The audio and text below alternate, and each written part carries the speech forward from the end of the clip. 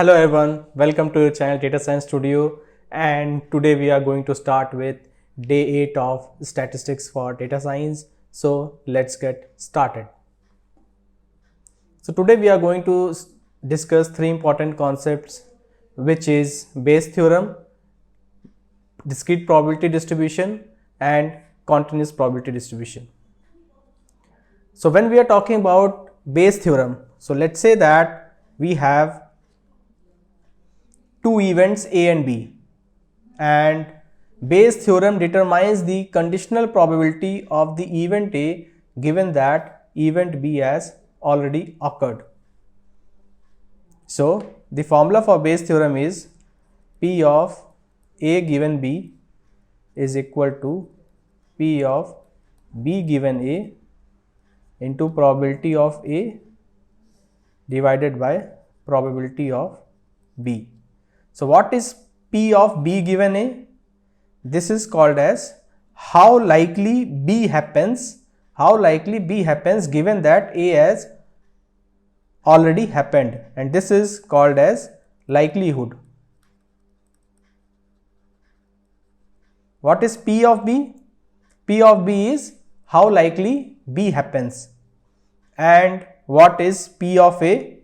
P of A is called as prior probability.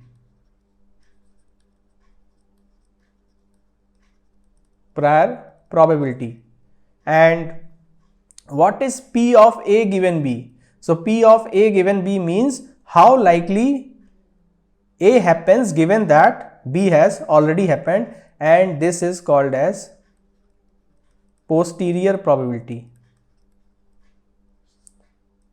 So based on the likelihood and the prior probability, we calculate the posterior probability of the event A. And Bayes theorem is used to calculate this posterior probability. Now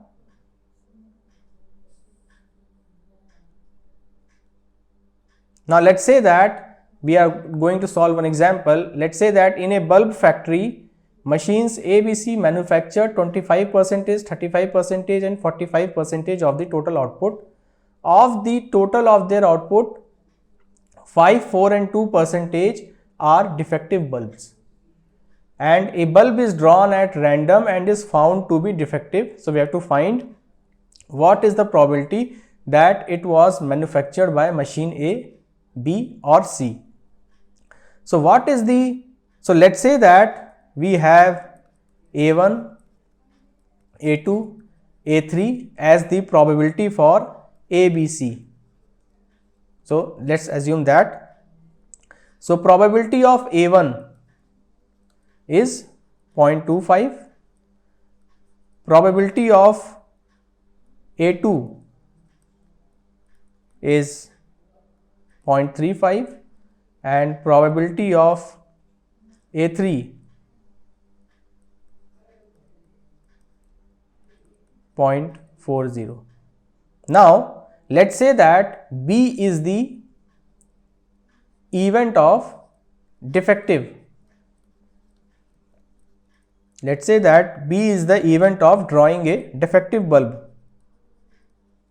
So now we have probability of B given A1 is 0.05, probability of B given A2 is equal to 0.04, and probability of B given A3 is 0.02. And what does that mean? That 5% of the bulbs are defective given that it is from A1. A1 means A. Now we have shown this table. So event 1 is A1, A2, A3, and your prior probability is 0.25, 0.35 and 0.4, which is over here. And then you have conditional probability. So you have to calculate this formula, which is P of B given A into P of A. So what is P of B given A into P of A? So conditional probability is probability of B given A1. So we have 0.05, we have 0.05, 0.04 and 0.02.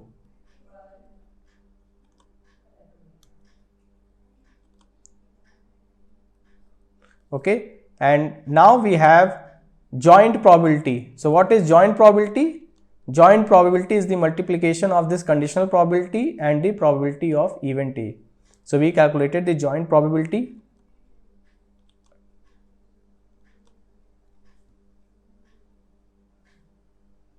And then we have calculated the posterior probability. So what is posterior probability? Posterior probability is probability of A given B is equal to probability of B given A, probability of A divided by probability of B. So what is probability of B?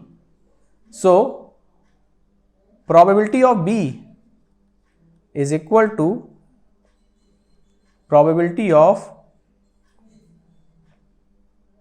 B given A1, AI we can say, into probability of AI. So now since we have 3 A1, A2, A3, so probability of B, if you calculate, it will be summation of all these probabilities, which is 0.0345. So it is the summation of all the probabilities, and this is probability of B. And your posterior probability will be 0.0125 divided by 0.0345. So if you solve all this, your posterior probability of A1 will be 0.362, posterior probability of A2 will be 0.406, and posterior probability for A3 will be, if you add all this, it will be 1. So what is the output? The output shows that the probability that the item was defective and produced by machine A is 36.2%. So A is 36.2% and B is 40.6% and C is 23.2%. So this is the probability, posterior probability, given that the probability of A given B, which is probability given that it is produced by machine A but it is found to be defective. So this is how you have to apply the Bayes theorem. Now next which we will talk about is what is probability distribution. So let's say that a coin is tossed twice. So if a coin is tossed twice, what could be the possible sample space? So it could be head-head, it could be tail-head, it could be head-tail, and it could be tail-tail. Okay. Now if we want to know the probability distribution for the number of heads on two tosses of the coin, then we can define a random variable x as, x can be defined as number of heads, and x can take value 0, 1 and 2, because it can be 0 heads, it can be 1 head, or it can be 2 head. So let's say x is my random variable, it can take values 0, 1, 2, and what is the probability of x? So probability of x is when x can take value 0, which is probability of tail-tail, which is 0.5 into 0.5, which is 0.25. So probability that in both the tosses it is not head, it is 0.25. Now probability that one of them is head, which is probability of HT plus probability of TH, which will be 0.5 into 0.5 plus 0.5 into 0.5, which will be 0.5. If you solve all this, it will be 0.5. Last will be probability of x equal to 2. So probability of x equal to 2 will be probability of HH, which will be again 0.5 into 0.5, which is 0.25. So if you add all these probability, it will always equal to 1. Now, a listing of all possible outcomes of a random variable. So, we are listing this, right? So, if you plot a chart,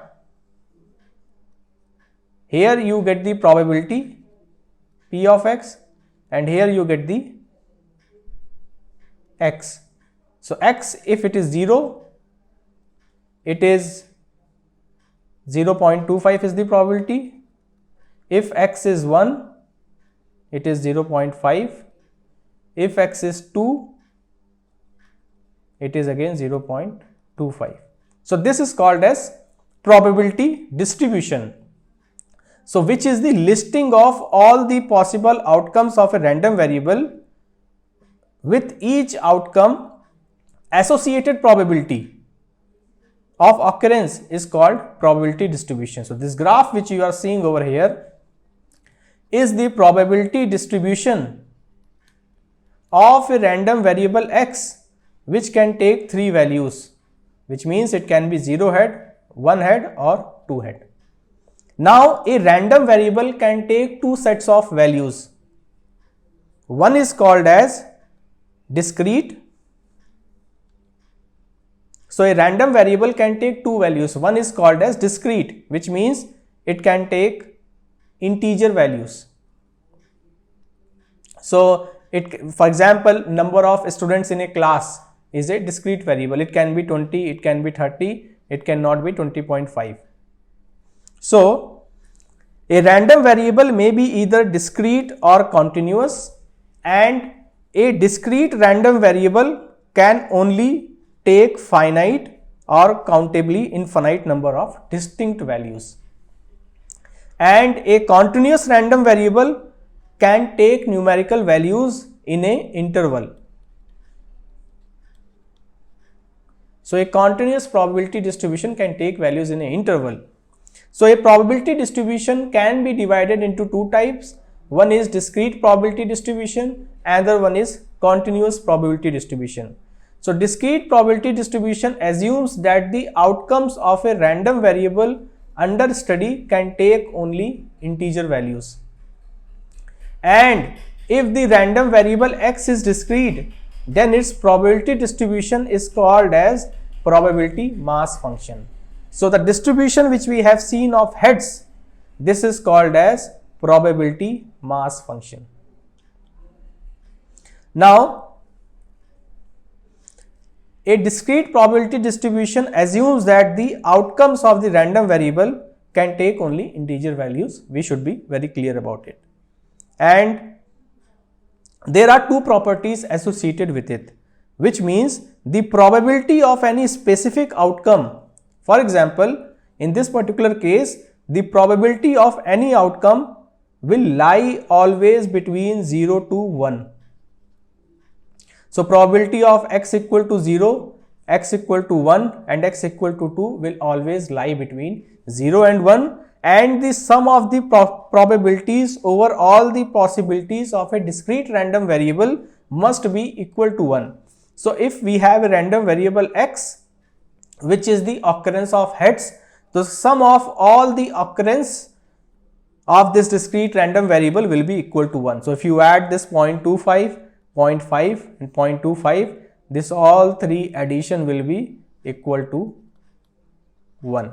So, these are the 2 properties of the discrete random variable. Now, when we talk about continuous probability distribution, this assumes that the outcome of a random variable under study can take values in an interval. So, for example, you can have intervals in sales price or product cost. So, these are all continuous data. It can take values in float values as well, and it can take values in certain interval. So, if the random variable x is continuous, then we can call it as a continuous probability distribution, and its values lies in the interval, which is the integration of, let's say, we have to find the value of the probability distribution between the interval a and b, and f of x of dx, which means this is the area under the curve.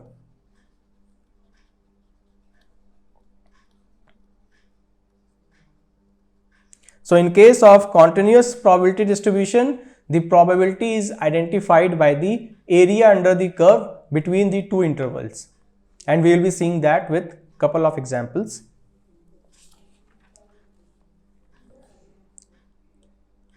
Next thing is called as expected value and variance of a random variable. So now we have seen that x can take two values, one is discrete and one is continuous. What is expected value? Expected value is nothing but the mean of the random variable. So it is nothing but the weighted average. So it is the weighted average where the positive values of a random variable are weighted by the corresponding probabilities of occurrence. So estimated value of random variable x is sigma j equal to 1 to n x of j and probability of x of j. So when you multiply the random variable with its probability, you get the expected value of x. And similarly, in case of this is applicable for discrete. In case of continuous, your expected value of x will be minus infinity to plus infinity x of f of x dx. So where f of x is the probability distribution function. And in case of variance, so variance determines the dispersion or variability to which the possible random values differ among themselves. So this is the mean. So in case of, so variance of x will be, variance of x is equal to E of x minus mu whole square. If you solve all this, you will get E of x square minus mu square. And if you have to calculate the standard deviation, so since variance is the square, so you have to calculate the standard deviation. So standard deviation will be sigma x equal to square root of variance of x, which will be sigma